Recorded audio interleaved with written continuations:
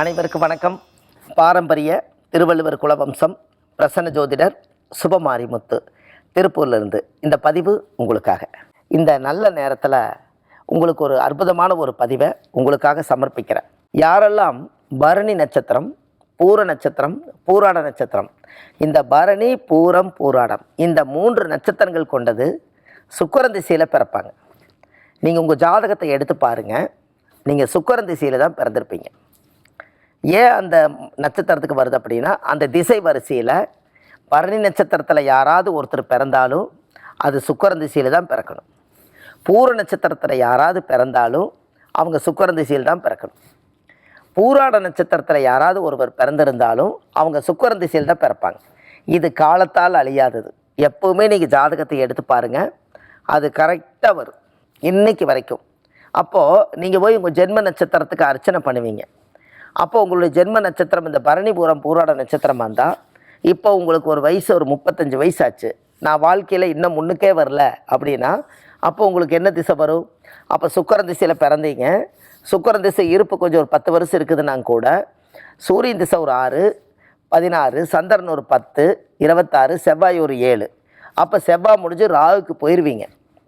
அப்போது இந்த செவ்வாய் திசைக்கு அப்புறம் இந்த ராகு வந்துட்டாருன்னா, அப்போது இந்த சுக்கிரன் திசையில் 35 வயசுக்கு மேலே எனக்கு கல்யாணம் நடக்கலைங்க, எனக்கு கல்யாணம் ஆகி குழந்தை பிறக்கலை, ரெண்டாவது எனக்கு தொழில் சரியில்லை, எனக்கு கடன் பிரச்சனையில் நான் மாட்டியிருக்கேன், என்னால் கடன் கட்ட முடியல, வாழ்க்கையில் குடும்பத்துக்குள்ளே எனக்கு நிம்மதி இல்லை, இப்படி ஏதாவது உங்கள் ஜாதகத்தில் ஒரு கால கணக்குகள் ஏதாவது பிரச்சனைகளை நீங்கள் தவிச்சுக்கிட்டு இருந்தீங்கன்னா, அப்போது உங்களுக்கு செவ்வாய் திசைக்கு அந்த பக்கம் ராகு திசைக்கு நீங்கள் போய் சாயம் போடுறத விட சுக்கிரன் திசையில் பிறந்ததுனால நீங்கள் சுக்கிரீஸ்வரனை போய் நீங்கள் சாமி கும்பிடணும்.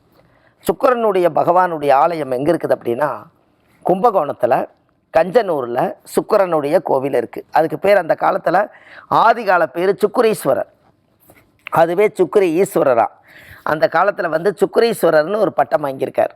அதனால தான் கஞ்சனூரில் சுக்கிரன் திசை இருக்கிறதுலையே பாருங்கள், எல்லாத்துடைய திசையை விட சுக்கிரன் திசை மட்டும் 20 வருஷம் ஒரு ஜாதகத்தில் திசை நடக்கும். அப்போ எவ்வளோ பெரிய லாங் திசைன்னு பாருங்கள்.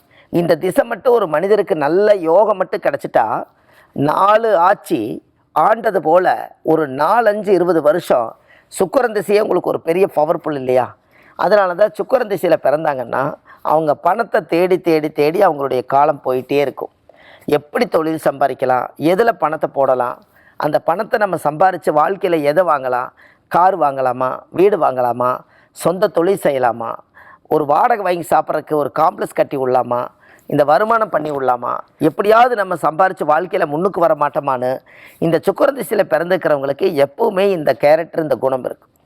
அவங்க எப்போவுமே சுக்கிரன்னா பணமா, அதனால் உங்களுக்கு என்னென்னு கேட்டிங்கன்னா, இந்த சுக்கிரன் திசையை நாடி அவங்க அந்த பணத்தை தேடி போய்கிட்டே இருப்பாங்க. காலையில் எந்திரிச்சோன்னே பாருங்கள், அவங்களுடைய முகம் ஒரு பொலிவாக இருக்கும். ஏன் அப்படின்னா, சுக்கிரன் என்பது இசை, நடனம், நாட்டியம், கலை, பரதம், சந்தோஷம், நிம்மதியாக வாழக்கூடிய திசை தான் சுக்கிரன் திசை. அப்போ இந்த முகத்தை அழகாக வச்சுக்கணும், நம்ம காலையில் எந்திரிச்சு நல்லா குளிக்கணும், நம்ம நேராக எந்திரிச்சு சூரிய நமஸ்காரம் பண்ணணும், கோவில்களுக்கு நிறையா போகணும், நிறைய சம்பாதிக்கணும். இந்த எண்ணத்தை அதிகமாக போட்டு வச்சுக்கிறதே இந்த சுக்கிரன் திசையில் பிறந்துக்கிறவங்களுக்கு தான்.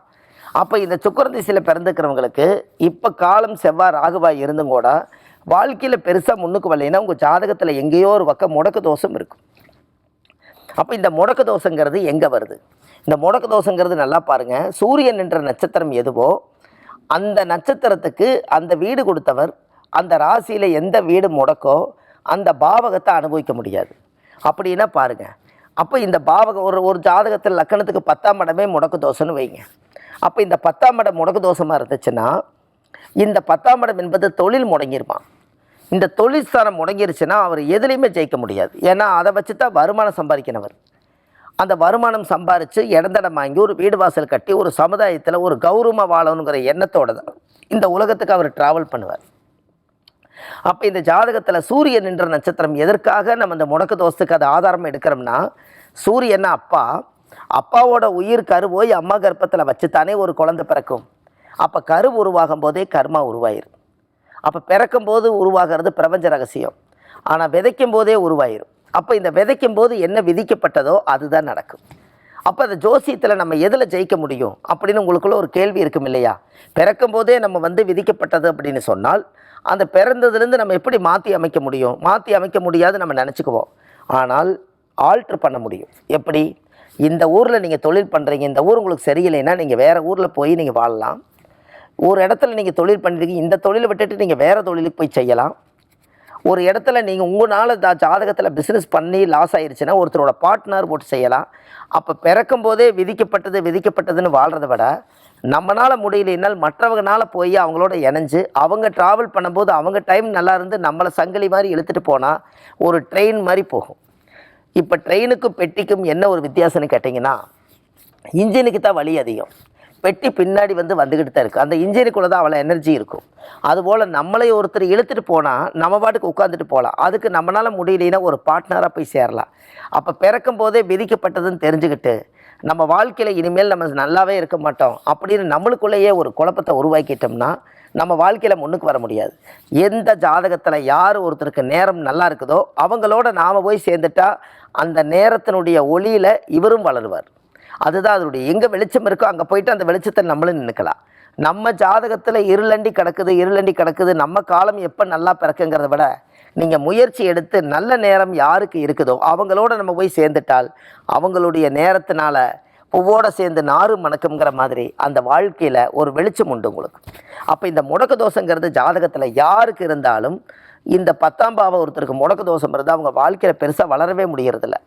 ஏன்னா தொழிலை நிறைய இன்வெஸ்ட் பண்ணியிருக்காங்க, நிறைய இன்வெஸ்ட் பண்ணி அந்த இன்வெஸ்ட் பண்ணுறதுக்கு கடனை வாங்கி இன்வெஸ்ட் பண்ணிடுவாங்க. கடனை வாங்கி இன்வெஸ்ட் பண்ணிவிட்டு கடைசியில் போட்ட முதலும் எடுக்க முடியாமல், கடனையும் எடுக்க முடியாமல், கடனும் கட்ட முடியாமல் மொத்தமாக அந்த இடத்தவே லாஸ் பண்ணிவிட்டு வாழ்க்கையில் எனக்கு இந்த திசையில் விரயமாகி போச்சுங்க, அதனால் நான் வாழ்க்கையில் நல்லாவே இல்லைன்னு நினைப்பாங்க. அப்போ இதுக்கு எல்லாத்துக்கும் என்ன காரணம்? உங்களுடைய மூலப்பிறப்பு என்ன? உங்கள் ஜாதகத்தில் தாயுடைய கருவறையிலேருந்து பிறக்கும்போது பரணி, பூரம், பூராடம் இந்த 3 நட்சத்திரத்துக்கு உண்டான சுக்கிர பகவான் கும்பகோணத்தில் கஞ்சனூரில் இருக்கிறார். அவர் தான் உங்களுடைய தலைமை. அப்போ அந்த தலைமையில் இருக்கக்கூடியவர் தான் அந்த அமைப்பு. அதை நீங்கள் கரெக்டாக செஞ்சால் உங்களுடைய வாழ்க்கையில் நல்லாயிருக்கும். அப்போ நீங்கள் என்ன பண்ணுறீங்க? அந்த கோவிலுக்கு நேராக போய் சாமிக்கு தேங்காய் பழம், மாலை, கல்கண்டு வாங்கி அர்ச்சனை பண்ணி, சுக்கிரன் திசை 20 வருஷம் இருப்பதனால 20 மண் விளக்கு தீபம், நெய் தீபம் போட்டு சாமிக்கு தேங்காய் பழம் அர்ச்சனை கொடுத்து முதல்ல உங்கள் ஜாதகத்தை கொண்டுட்டு போய் சாமியோட பாதத்தில் வச்சு நீங்கள் மனசார தீபாராதனை காமிச்சு 1 மணி நேரம் அந்த கோவில் வாசலில் உட்கார்ந்து உங்களுடைய கெட்ட எனர்ஜி எல்லாம் வெளியேற்றி நல்ல எனர்ஜியோடு நீங்கள் வந்தால் உங்கள் வாழ்க்கையில் நீங்கள் நல்லா இருப்பீங்க இல்லையா? அதனால் யாரெல்லாம் பரணி, பூரம், பூராட நட்சத்திரத்தில் பிறந்திருக்கிறீங்களோ அவங்க உங்களுடைய கற்பகால திசைக்கு சுக்கிரனுடைய கோயிலுக்கு நீங்கள் போயிட்டு வாங்க. உங்களுக்கு எவ்வளோ வயசானாலும் பரவாயில்ல, முதல் நீங்கள் தாயுடைய கர்ப்பத்திலேருந்து எந்த திசையில் பிறந்தீங்களோ அந்த திசைக்கு உண்டான கோயிலுக்கு போய் விளக்கு போட்டு வாங்க. அந்த இடத்துல தான் தாயோட ஆசீர்வாதம் ஜாயிண்ட் ஆகும். அதுக்கப்புறம் தான் உங்களுடைய வாழ்க்கை வளமாகும். இதை செய்துட்டு வாங்க, நல்லதே நடக்கும். இப்படியெல்லாம் ஒரு ஆதிகால பரிகார புத்தகம் எழுதியிருக்கேன். 1736 பரிகாரம் கொண்ட ஒரு பெரிய ஏப்போர் சைஸில் ஒரு புத்தகம் எழுதியிருக்கேன். அந்த புத்தகத்தில் ஆதிகால பரிகாரங்கள் மட்டுமே எளிமையாக கொடுத்துருக்கேன். அந்த புத்தகத்தை நீங்கள் வாங்கி படிங்க. உங்கள் வாழ்க்கையில் ஒரு பெரிய ஒரு மாற்றங்கள் நடக்கும். ஏன்னா இதெல்லாம் நீங்கள் தெரிஞ்சுக்கணும் இல்லையா? வாழ்க்கையில் இதெல்லாம் தான் உங்கள் ஜாதகத்தில் ஒரு பெரிய அபூர்வம். இதை நீங்கள் செஞ்சுட்டு வாங்க. அதே போல் நம்ம ஜோதிடம் பார்க்குறோம். தாம்பூல பிரசன்னம், சோழி பிரசன்னம், அஷ்டமங்கல பிரசன்னம், இந்த மாதிரி கர்மா பிரசன்னம் எல்லாமே பார்க்குறோம். நீங்கள் ஜாதகம் பார்க்க வரும்போது வெத்தலை பாக்கு, பூப்பழம் வாங்கிட்டு வந்தால் அதில் சோழியை சுற்றி அதில் நீரை போடும்போது உங்களுடைய கர்மா என்னன்னு அதில் தெரியும். அதையை பார்த்து உங்களுடைய வளர்ச்சிக்கு உண்டான வழிகள் என்னங்கிறத அந்த சோழியில் வச்ச பிரசனம் பார்த்து அது மூலிமா உங்களுக்கு ஒரு பலன் எடுக்கலாம். அதை எடுத்து எந்த ஆலயத்துக்கு, எந்த கோயிலுக்கு போயிட்டு வந்தால் உங்களுடைய கர்ம வினைகள் எல்லாம் குறைஞ்சு உங்களுடைய பாவமெல்லாம் தீர்ந்து புண்ணியத்தோடு நீங்கள் எப்படி வாழுவீங்கிறத அந்த ஜாதகத்திலே நம்ம கண்டுபிடிச்சி சொல்கிறோம். இது நம்மளை சந்திக்கணும் அப்படின்னு சொன்னால், அதாவது சென்னையில் வடபழனியில் தெப்பக்குளம் வாசல்லையே நம்மளுடைய ஜோதிட அலுவலகம் இருக்குது. சனிக்கிழமை, ஞாயிற்றுக்கிழமை, திங்கக்கிழமை இந்த 3 தினங்கள் ஜோதிடம் சென்னையிலேயே பார்க்குறோம். மற்ற தினங்கள் திருப்பூரில் ஜோதிடம் பார்க்குறோம். கீழே போயிட்டு இருக்கிற நம்பருக்கு நீங்கள் தொடர்பு கொண்டீங்கன்னா அது மூலியமாக உங்களுக்கு முன்பதிவு கிடைக்கும்.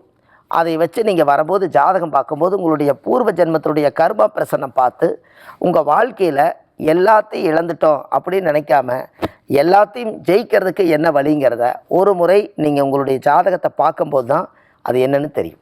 இதை கண்டிப்பாக செஞ்சுட்டு வாங்க. வாழ்க்கையில் நீங்கள் நல்லா இருப்பீங்க. வாழ்வது ஒரு முறை, வாழ்த்தட்டும் தலைமுறை. சுப மாரிமுத்து. நன்றி, வணக்கம்.